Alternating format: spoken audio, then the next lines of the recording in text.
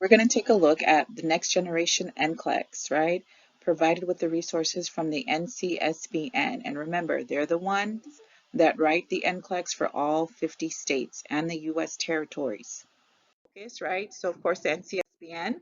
So, the biggest thing, too, so of course, you're going to get a case study and it's going to have a topic, right? So, it's going to present something to you, right? So, it'll say the nurse in the emergency department is caring for a 78-year-old female client. And then it'll give you like, this is like the first tab of your nurse's notes. It's 10 a.m. So, the client was brought to the ED by the client's adult child due to increased shortness of breath this morning. The adult child reports that the client has been running a fever for the past few days and has started to cough up greenish mucus and to complain of soreness throughout the body. Client was hospitalized for issues with atrial fibrillation 6 days ago. History of hypertension. Vital signs are temperature 101.1, pulse 92, respirations 22, blood pressure 152/86, pulse ox reading 94% on oxygen at 2 liters via nasal cannula. On assessment, the client's breathing appears slightly labored and coarse crackles, rales are noted in the bilateral lung bases. Skin slightly cool to touch and pale skin and tone. Pulses +3 and regular. Capillary refill is 3 seconds. Client is alert and oriented to person, place, and time. The adult child states, sometimes it seems like my parent is confused. Peripheral venous access placed in right forearm. And then the first question is select the 4 client findings that require immediate follow-up.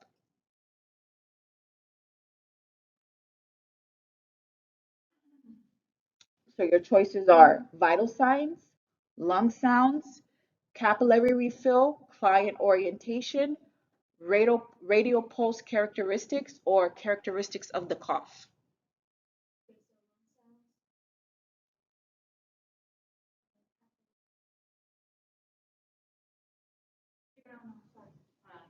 We were still waiting on the PowerPoint. Oh, okay.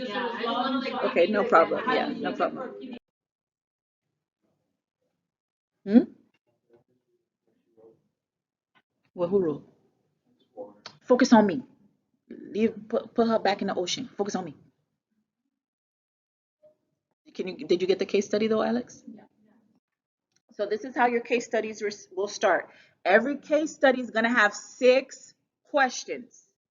Okay? So out of your test, 18 questions are going to be based off of your 3 case studies, okay? For your next gen, okay? So pick your 4 and you want to aim just for timing, right? Especially when you see you have multiple choice.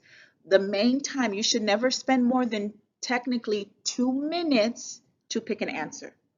Is that clear? Main goal is about 1.5, okay?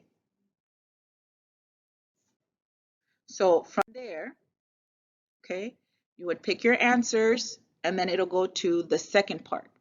So the nurse in the emergency room caring for this client, again, this is the same nurse's note that you have, right?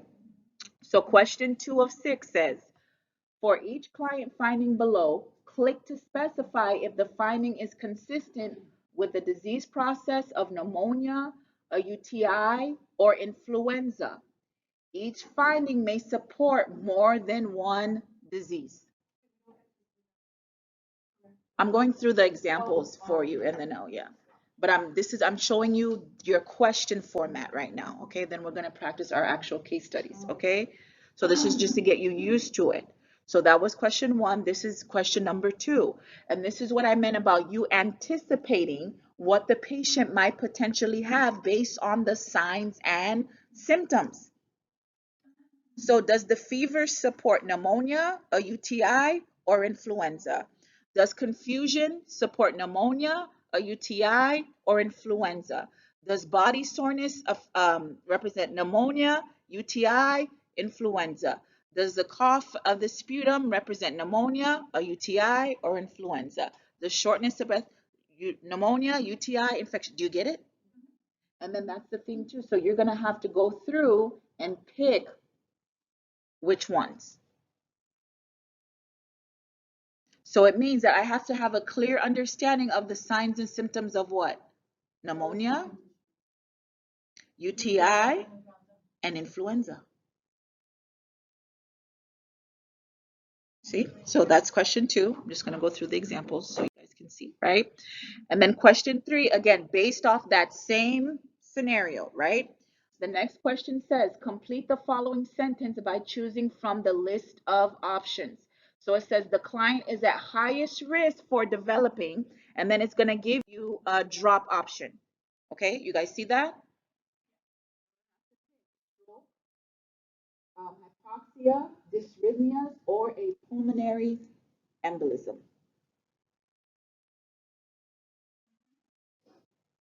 So what is the potential complication that could arise based on the patient presenting the way they are in the emergency room? Okay.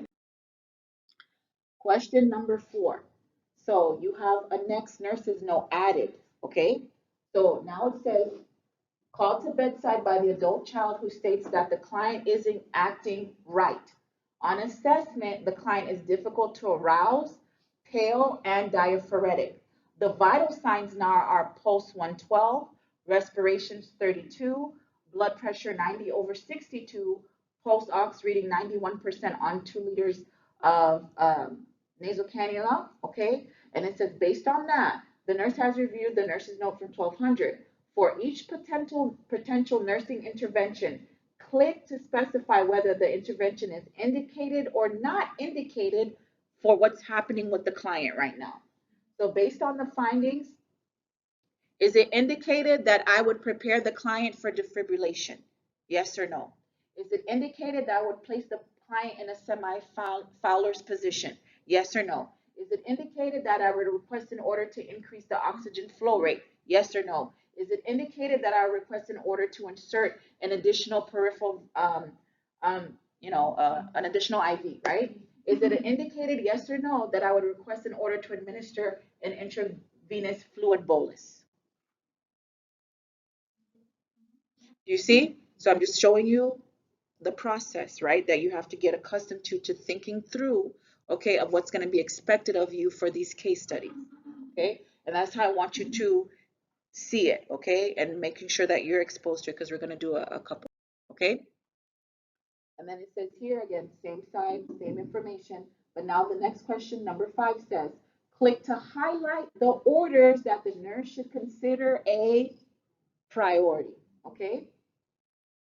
So my priority, do I insert an indwelling urinary catheter? Is it a priority that I give vancomycin 1 gram IV every 12 hours?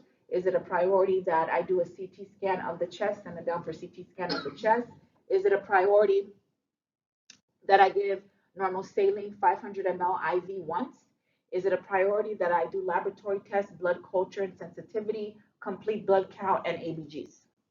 And this is where you would go in and highlight, okay? You guys can see that? So vanco, sodium, and left. What could wait would be the catheter and the CT. So that's question number 5. Final question for this same case study. For each assessment finding, click to specify if the findings indicate that the client's condition has improved, not changed, or worsened, okay? So based on what happened from 10 o'clock to 12 o'clock, are they better, the same, or worse? Okay, so the pale skin tone, improved, not changed, or worsened. Respirations, 36, improved, not changed, or worsened. Blood pressure, 118/68, improved, not changed, or worsened. Pulse ox, 91, improved, not changed, or worsened. Client interacting with adult child at bedside, would that be an improvement, not change, or worsen? And it says each role must have one response option selected, okay? So if I believe that the respirations got worse, I would click which one? Worsen. You see what I'm saying? So you have to pick one for each one.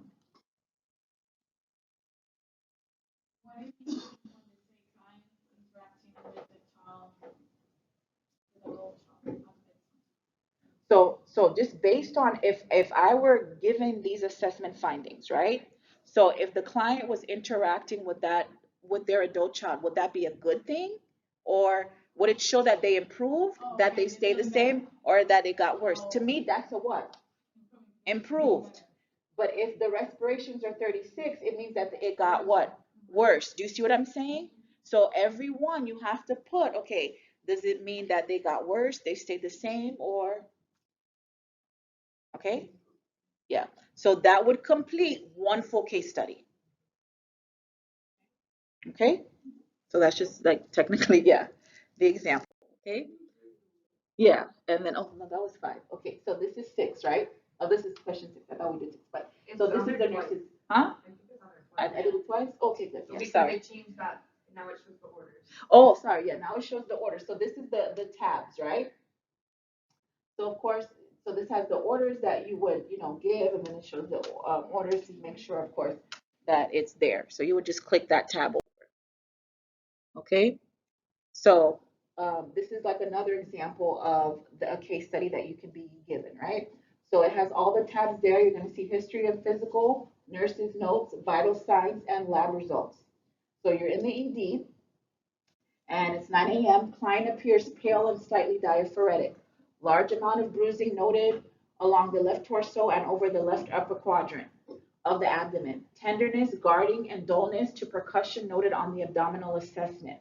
Slightly diminished breath sounds noted in the left lungs on auscultation. Client has a productive cough. ECG shows normal sinus rhythm. Which of the following assessment findings require immediate follow-up? Select all that apply. Would it be lung sounds, shoulder pain, lab results, productive cough, abdominal assessment findings, pulse, respirations, and blood pressure, temperature, and pulse oximetry reading? Now, the biggest thing is because I can't move it. If it mentioned these things, what would I go look at? I'd have to go click the tab that says vital signs, and I'd have to click the tab that says what? Lab results. So you want to make sure, again, that's what you want to do for these case studies when it's multiple tabs. And that's usually what I do to get a comprehensive look of a patient. I need to know the labs. I need to know what's happening because that's what's going to help me answer what? The question. Does that make sense? Right? So that's the example. Okay. So say it showed like a potassium of 7.1. Then I would click what? Lab results, right? You see what I'm saying? So it's just to give you guys an example. Okay, so this would be the tab that shows their vital signs. So their vital signs show 97.8, pulse 116, respirations 24, blood pressure 90 over 50, they're static 98% on room air. And then these would be the lab results tab that I see. WBC 19,000, hemoglobin 9, hematocrit 27. So based on those, what would I pick? Make sense? Yeah. Okay. Now the next question would be, the nurse in the ED is caring for that same 17-year-old client, right? Now, this is the history and physical, right?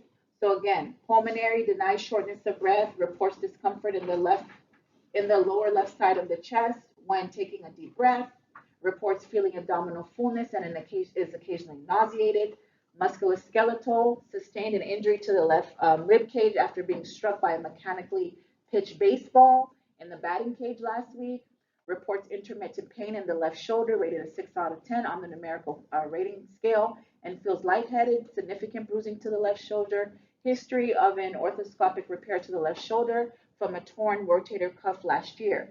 Psychosocial client has not felt well enough to attend baseball practice since the injury. So which of the following issues is the client at risk for developing? Select all that apply. Would you think that he'd be which for developing a stroke, a hemothorax, bowel perforation, splenic laceration, pulmonary embolism, or a AAA, abdominal aortic aneurysm?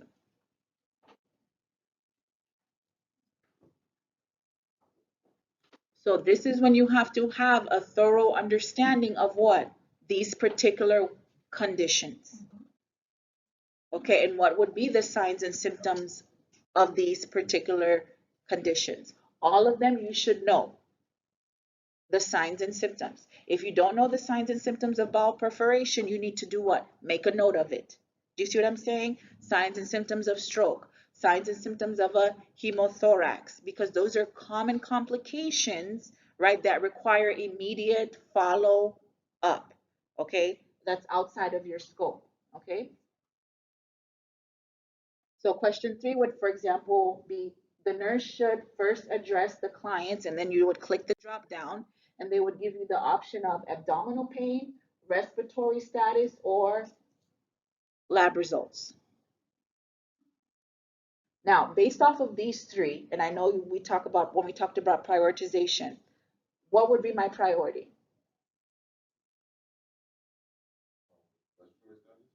Right? Would it be abdominal pain, respiratory status, or the lab? Respiratory status, right? Because it's showing that he's having what? No, denies shortness of breath, reports discomfort in the left lower side of chest when taking a people with rib cage injuries. I don't know if you like ever had I had a bruised rib. I didn't want to talk or breathe for nothing. The pain was excruciating. So when patients aren't deep breathing, what's happening? Right, and they're holding on to what? It's a problem when your patients are taking deep breaths. They're literally, that means they're breathing what? Shallow, right? So you have to pay attention to those things, right? And of course, I'm going to look at everything, right? Everything concerns me, right? Well, everything would be a concern, especially if there's lab results that are off. Are there concerning things in the lab? Yes, right? Are there concerning things based on his abdominal assessment? Yes. But what's my priority? Respiratory. Do you see what I'm saying? So it might be potentially all three, but of course, the nurse would, and to see that word, it's bolded there, is first. Whenever you see the word first, it means priority. Priority means like, what you gonna die from? If I don't, that's how I think about it. What's gonna kill you first? No air, right? So that's when you use your critical thinking. So the next type of question they can ask is the nurse has reviewed the notes from 10 o'clock. So the 10 o'clock notes say the client diagnosed with a splenic laceration, okay, and a left-sided hemothorax per the who physician. And the biggest thing too is that it said 17-year-old, right? Now, if you know anything about pneumothorax and hemothorax, what is it? It's a collapsed what? Lung, right? It's a collapsed lung. So in addition to that, I'm very worried about that because of course, based on his history, the assessment, and so on and so forth, and he fits that profile for a hemothorax, okay, based on what's happening with him, okay? So based on this, for each potential order, click to specify whether the potential order is indicated or not indicated for this client. Now he's diagnosed. I know what he has, right? Doctor says he has a splenic laceration, right? And it's important because what does my spleen do? Right. And this is important because it forward back to anatomy and physiology. And do you know what your organs do in your body? Right? And if I have a laceration to that spleen, why is that so important to me? Hemorrhage, bleeding, and it controls a lot of what? My bleeding. Yes, right? So important, especially now with that collapsed lung. So then you would look at the client referred to for immediate surgery, okay? So you would, let me go back. Oh, it won't let me. But when you look at those slides, right, you would have clicked the tab that says orders, right? So it says the nurse has reviewed the nurse's notes from 10:30. So 10:30, client referred to for immediate surgery. Which of the following actions should the nurse take? Select all that apply. Mark the surgical site, provide the client with ice chips, perform a medication reconciliation, obtain consent for surgery from the client, insert a peripheral venous access device, inform the client about the risk and benefits of surgery, assess the client's previous experience with surgery and anesthesia, ask the client's parents to wait in the waiting room while the plan of care is discussed with the client. Hmm? I thought I heard you say something. Right, right. And this is important because this shows this is where like the management of care stuff comes in, right? So again, patients after surgery should be what? If they require immediate surgery, they're immediately what? NPO, right? Yeah, so this is also testing that as well. They're NPO, right? And how old did it say my client was? 17. Who needs to sign the consent with him? Right. Yeah, so parent guardian, right? So again, am I going to assess his experience with surgery and anesthesia? Most likely. I'm going to make sure, again, who's teaching the client about the risk and benefits of surgery? Who's marking the site, right? So I obtain consent from the do I obtain consent from the surgery? No, I don't obtain the consent. I witness, because that's a big one for NCLEX. We never obtain consent. We witness, meaning I literally stay quiet and I go like this.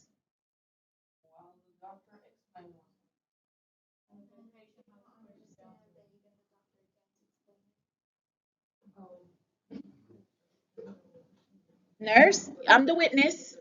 I witnessed it. That's it. That's it. That's it. You see what I'm saying? So this is how they can put all of this is how they're going to formulate it, right? For you, right? So you're not acting outside of your scope, but those are the common things they like to put in a risk and benefit of surgery, the site, obtaining the consent, right? So those are important things to remember when it comes to that, right? So the next question, right, the last question for this case study is click to highlight the findings below that indicate a worsening of the client's condition. So you went through the body systems, okay, that was the body systems before, right? Now it's day 3 and it's 8 o'clock in the morning. And now it's telling you the client is post-operative day 3 after splenectomy. They took out his spleen and is able to ambulate in the corridor about 3 or 4 times daily with minimal assistance. Client has clear breath sounds, a left-sided chest tube in place, right? Because the only thing that re-expands along is a what? Chest tube. Only thing that re-expands along is a chest tube, right? In place attached to a closed chest drainage system. Titling of the water chamber noted on deep rest inspiration. Client refuses to use the incentive spirometer, stating it causes left-sided chest pain. Client is using prescribed patient-controlled anesthesia, PCA pump, device maximally every hour, and continues to have intermittent nausea and vomiting. Adequate urine output, abdominal surgical incision site with dressing is clean, dry, and intact with no erythema, edema, or drainage. So you would have to go through this and then highlight what concerns you.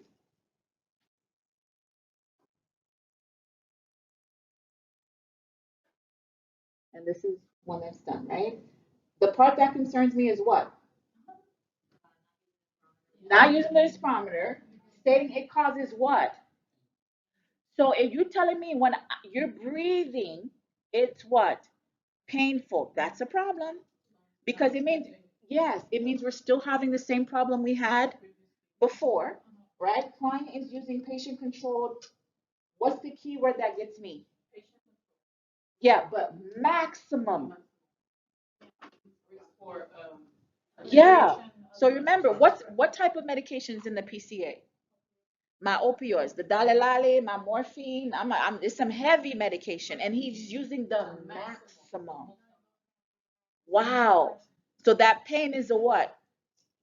High, right? And then of course, yes, risk for respiratory things. So all of those things, right? Every hour and continues to have what? Intermittent nausea and vomit. Oh, that's something's wrong. Okay? Adequate, ain't no wrong. Nothing wrong. Nothing. You see what I'm saying? Those are fine. These are fine. This is a problem.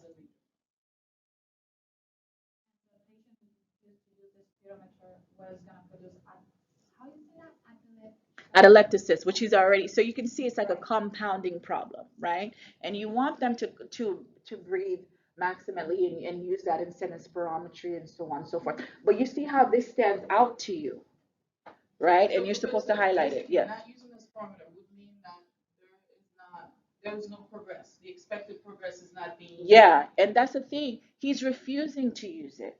I need you to use it. And remember, you want them to use it because it's going to help what? Their breathing and so on and so forth. In addition to that, he's refusing to use it because he's having so much what? Pain. And it's not like every 4 hours, every 2 hours. It's every hour. You can't even more. You're like pressing the button and it times out, right? So that's what you really have to visualize, right? And picture that, okay, for that patient. So that's that example of the case study. So you can see they can kind of change depending on what they want you to know. Does that make sense? Right? So ruptured appendix, this is a good one. And then we'll wrap up and then we'll do R2, okay? So of course, the nurse is in the ED is caring for a 41-year-old client, right? And always remember a good test taking strategy, pay attention. Whenever it gives you the age, the ethnicity, it's a male, it's a female, it's to help you what? Answer the question. So you saw before how it said 17-year-old, that was because we needed to know about what? Consent, right? So that's always important. So it's 11 a.m. Client reports nausea, loss of appetite, vomiting, fever, and constipation for the past 2 weeks, and abdominal pain rated 7 out of 10 on the numerical scale for 1 week.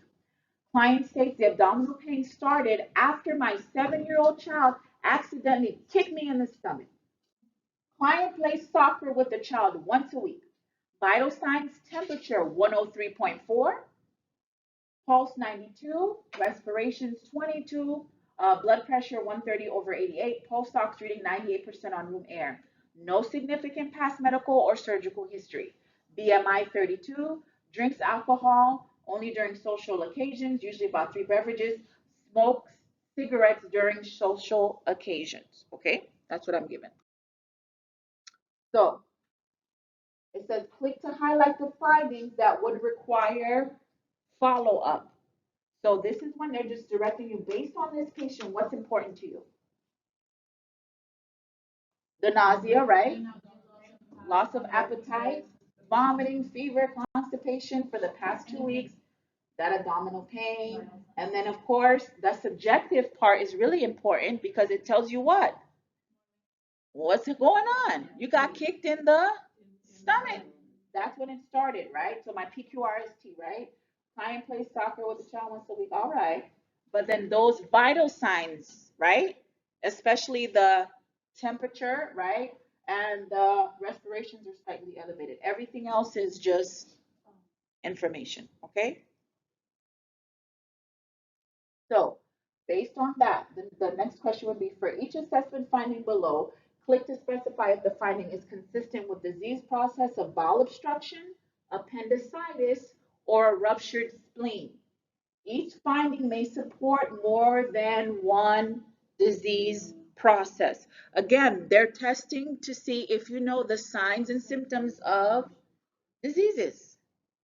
Okay, so based on what I'm given, would the appetite or loss of appetite be a sign and symptom of bowel obstruction, appendicitis, or ruptured spleen? Would the pain be a finding in bowel obstruction, appendicitis, or ruptured spleen? Will the bowel pattern be a sign of bowel obstruction, appendicitis, or ruptured spleen? And the GI symptoms, are they related to bowel obstruction, appendicitis, and ruptured spleen? So again, making sure you know your disease processes, okay? The next question would be, select 3 complications the client is at risk of developing: anemia, peritonitis, septic shock, hypovolemia, dysrhythmias, or cardiac arrest.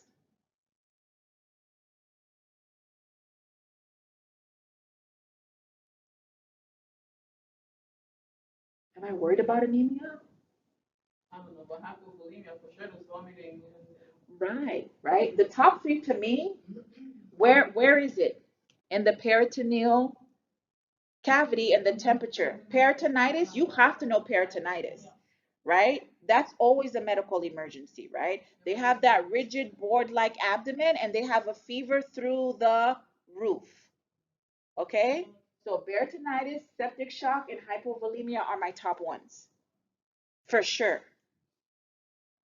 Okay, that I need to address. My, like if I had to put them in, my next would probably be dysrhythmia. Yeah, right. If he has, yeah, right. Yeah. But the thing about it is, but you can even go to dysrhythmias because then you would anticipate what? Right. And this type, and I'll go into the grading, but this is the one where depending on the grading, like they would do 0 or plus. So even if you got like, say the maximum might be 3 points because you got it right, but even say you picked one, Like, so say they give you 3 points, right, for each one. And say you got one wrong. You would still get how many points? 2 points because there's partial scoring. Does that make sense? Yeah. Yeah. Right, yeah. So you can do that too, but that's what I'm saying. So it's just to give you an idea, an example, right? But again, so that way you can understand the level of critical thinking that you have to have and prepare for these case studies. Because how many are you getting? For sure. Each of y'all is getting 3. Okay? No, the biggest thing is if you prepare for it and I anticipate how you practice and how is going to be how you what? Perform. So if I'm practicing this and I'm understanding what's happening, am I scared? No, I ain't never scared. You guys don't know that song? I ain't never scared, right? As you say, I ain't never scared because I practice, right? So that's where you're like, okay, I practice, and I understand what's happening. People need to pay my bill, Lord. Okay, and that way you get it. Okay, but again, it's just to give you an example because we're gonna practice. Okay, so then question 4 would be okay. Now there's a new note. It's 11:30. The notified primary healthcare provider about client status, awaiting orders. For each potential intervention, click to specify whether the intervention is indicated or not indicated for the client. So I'm waiting for orders. It means I don't have orders yet. You read the note, right? You don't have orders yet, right? So this is testing to see, do you know what to do and not what to do depending on if you have an order, right? Is it a potential orders that I can anticipate the doctor ordering, right? Clear liquid diet indicated or not indicated? Would I want this patient on a clear liquid diet or would I want them in PO? Super suds enema indicated or not indicated? Would you give them an enema at this point? They constipated? Oh, yes, it is. It's gonna produce more pain. For how long? For 2 weeks. Oh, no, yes, definitely, yes. Right, but then that's potential orders, right? So I'm potentially anticipating the doctor's gonna order it. I don't have it yet. You see what I'm saying? So yeah, I'm gonna need an enema. He hasn't gone for how long? Huh? How long is that? You give a suppository, that's not gonna touch that. You're gonna give if you go to the ED, it's because I've given them. You need something to go in there and kai. Yeah. Yeah, no, you gotta kai that. That's what I call it. It's true. Remember the suppository is just gonna stay in there for 30 minutes and then slide what? Right back out. You need something that's gonna it's been 2 weeks. I don't even want people going more than how many days? 3. Right? That's a big issue, right? That's honey, that's a whole problem. That's a whole problem. Do you see? Loss of appetite. Why? Because I have that sense of fullness, right? Makes sense, right? Heating pad to abdomen indicated or not indicated.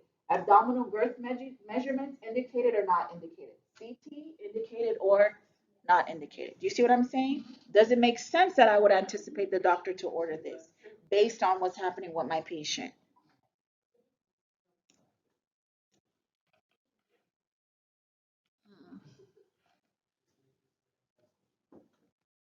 Okay, and so the next question would be, see now the time is, okay, so now you got more notes. Client transport to radiology department for abdominal CT. 20 gauge peripheral IV inserted in the left hand. VAD site potent without signs of infiltration, normal saline, infusing at 75 mLs per hour. Client reports sudden relief of abdominal pain. Vital signs, temperature 102.5, pulse 110, respirations 20, blood pressure 125 over 88. Primary healthcare provider noted about client status, ordered received for an additional CT abdomen, client transported to radiology department. So what time did they go to CT? 12:30 with the IV. Now, what time was it? So now it's 1400, which is 2 o'clock, right? Client reports what?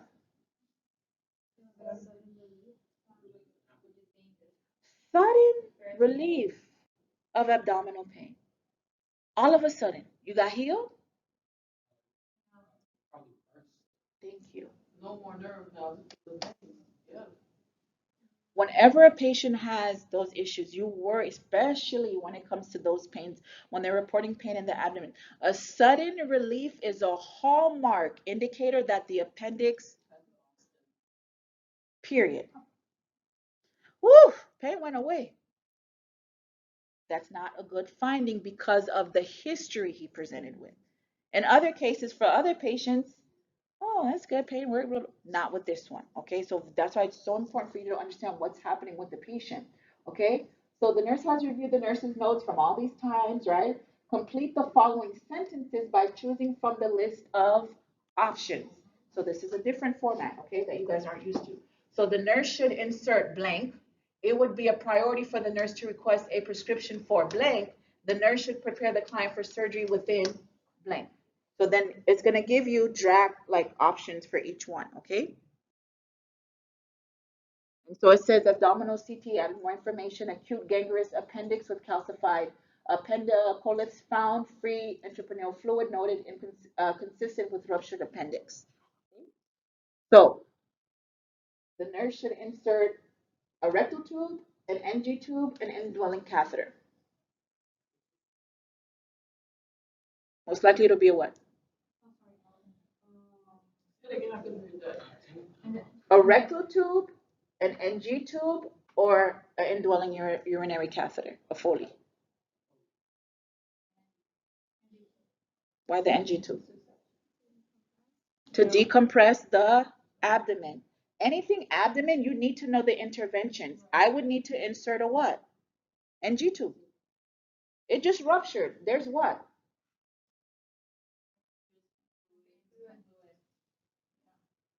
Ascites. Big stomach. What do we give NG? Why do we need an NG tube? To decompress the stomach, right? And that's going to be the hallmark too when you have a patient that has peritonitis, right? So that's what you want to make sure that you're familiar with, right? So I would make sure I have that. And then my next options would be, it would be a priority for the nurse to request a prescription for analgesic medication, antipyretic medication, or anti-infective medication. Out of those three, I need to, you better snap me that antibiotic and kill all that bacteria, especially because then the infection, when I give the antibiotic, essentially what's going to go down? The fever, the symptoms. You see what I'm saying? So, okay, out of those three, I'm definitely going to give my anti-infective, right? Show me. You guys see the third option there on the PowerPoint? Right. What does it say? Right. So the question would be is when would I do it, right? So again, based on these times, what do I think it's urgent? Do I do it right away? Do I got time to wait? You see what I'm saying? So that's how I would give you the options, right? And then the last question would be, of course, based on all of this, which of the following findings would indicate the client is progressing as expected? Select all that apply, right? So they were transferred, client transported, they had an operating room, they took out the open appendix, they're on a med-surg unit now, and of course, client performing coughing and deep breathing exercise every hour while awake with the incentive spirometer, doing well, extremities, so on and so forth, NG tube removed, okay? So you see, and this is going to be kind of the hard part because on Nclex, can I go back? Because I know I got it. I would have got it right because I see the NG tube was what? Removed. Yeah, I picked NG tube. You see what I'm saying? Yeah. So, So technically, when we answer one question and move on to the next, we're gonna know if we're right or wrong. yeah. That's scary. Well, you get an idea. You see what I'm saying? But the biggest thing is it's predictable, right? When people come in with us, yeah, I'm gonna give an NG tube. You need to know the indications for stuff. Do you see what I'm saying? That's the whole point. Okay. So again, prime is how do I know that they're getting better? Is it because the clear liquid diet, board like abdomen, rebound tenderness, instead of spirometer use, diminished bowel sounds, perform like exercises? What are the good things here? Clear liquid diet, because you remember when they have an NG tube, they're what? NPO, right? So good. He's clear liquid. That's progress. Board like abdomen, is that progress? No, that's a sign of what? Peritonitis. Rebound tenderness. No, not good, right? So issues there in the abdomen. Using the incentives parameter. Good. Diminished bowel sounds. Not good. Performing leg exercises. Great. You see what I'm saying? So that's just what it's asking you. Yeah. I don't, what do you want to see? What's progress? And then those other things are not progress. They're actually signs of issues. We got a problem, right? So that's pretty much how these case studies are going to work um, for your next generation NCLEX. Does that make sense? Okay. And I don't know about you, but I feel like in this, for me, is more like friendly because you have the same case, the same patient for the same 6 questions. So you follow like the history of right. Stuff. Right. Yeah. Yes, okay. So hopefully, of course, that made sense there, okay?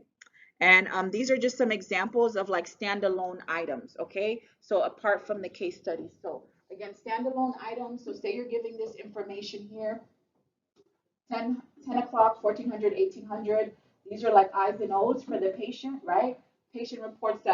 Parent reports that the client has been vomiting after drinking. So this is a 10-year-old. Oh, no, it's caring for a 10-day-old. 10-year-old and 10-day, big difference. 10-day-old, right? 10-day-old. So parent reports that the client has been vomiting after drinking each bottle of formula. Parent estimates the client is vomiting half of each bottle with each feeding. Client, client is triage, vital signs 97.7, pulse 124, respiration 30. Client experienced projectile vomiting 30 minutes after drinking 60 mLs of formula. Anterior fontanelle is soft and flat. Bowel sounds are hyperactive. Client experienced projectile vomiting 30 minutes after drinking 60 mLs, again at 1800. Abdomen is distended. Client is crying and inconsolable. Which of the following diagnostic procedures should the nurse anticipate the physician would order? Select all that apply. A barium enema, abdominal x-ray, abdominal ultrasound, complete metabolic panel, or an EGD.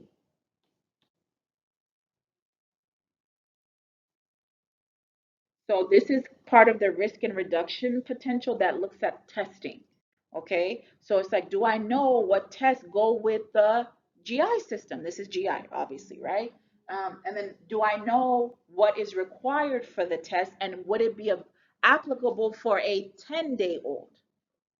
So barium enema requires for them to do what? Can they do that? You see what I'm saying? So it requires for you to have a knowledge of these. Are these common tests that are seen in GI? Yes, all the time, every day, millions. Do I expect you to know them? Yes. You want this license? Yes.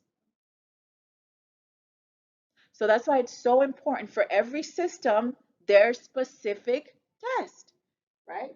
Am I going to look at the tummy? Right? Yeah. Right? Am I going to look at some labs? Am I going to put anything down the baby's little throat? Right. You see what I'm saying? So that's why I'm like, oh no, I know the EGD got to put that thing down the baby throat. The baby already had projectile. You see what I'm saying? So now I'm thinking my way through these tests and is it applicable? Can they tolerate it? So that's really what they want to see. So that's a standalone item that's just graded there. Okay. Huh? Yeah. So this is a bow tie. So that's just standalone items are just, you see that one scenario, you pick that question. Does that make sense? So it's not a case study. These are standalone items. Okay, so this is a bow tie, right? So the nurse in the pediatric unit is caring for a 6-month-old client. Admitted with increased irritability and a leading gastrostomy feeding tube, which was placed 2 weeks ago for failure to thrive. The feeding tube insertion site, which on the left side of the abdomen is covered with a dressing that is saturated with old formula. On removal of the dressing, the skin surrounding the feeding tube is erythematous and flaky. At the insertion site, a small amount of thick yellow drainage is noted, and the feeding tube is loose. Peripheral pulses are weak, capillary refill is 3 seconds, extremities are cool to the touch. Client is intermittently pulling at the tube and scratching at the site. Parent reports giving the client acetaminophen last night before bedtime, but the client was still intermittently waking up and irritable throughout the night. Parent attempted to feed the client through the feeding tube 8 hours ago. Vital signs: temperature 100.6, pulse 171, respiration 42, BP 78 over 62, pulse ox 97% on room air. Parent has a history of penicillin allergy. So this is a bow tie. So it's going to have actions to take, what the most likely condition is, and then what you're monitoring based on what you picked. Does that make sense? So it says complete the diagram by dragging from the choices below to specify what condition the client is most likely experiencing and what actions you would take to address that condition. So 2 actions the nurse would take to address that condition, and 2 parameters the nurse should monitor to assess that client's progress. Okay. So again, depending on what you pick two. 2 actions to take and 2 actions to monitor. So everything has to do what? Match. So that's a bow tie. It creates a little tie. That's just an example. So this is like another bow tie example here. So client presents with right-sided ptosis, facial drooping, right-sided hemiparesis, and expressive aphasia. You tell me what that is, right? Client's adult child reports that the client recently had the flu. On assessment, skin is warm and dry, lung sounds are clear, apical pulse irregular, bowel sounds are active in all 4 quadrant. Client is incontinent of urine 2 times in the ED. Adult child reports that the client is typically continent of urine. Capillary refill 3 seconds, peripheral pulses palpable +2, vital signs 97.5, pulse 126, respirations 18, BP 188 over 90, pulse ox 90 on room air. So again, same thing. What do I think the client is experiencing? So potential conditions: could it possibly be Bell's palsy? Could it possibly be hypoglycemia? Could it possibly be an ischemic stroke? Could it possibly be a UTI? What else could it possibly be? Well, I feel like it would be that one. And Bell's palsy, because it says, and then the biggest thing with Bell's palsy, usually it's after the patient has a what? Viral illness. It told you the patient had a what? Pay attention. I like glitter. I told you guys. I love glitter. Give me what I'm looking for. It's easy to know when you know what to look for. Oh, they had the flu. Now they face drooping. Better get some Bell's palsy. That's a Bell's palsy.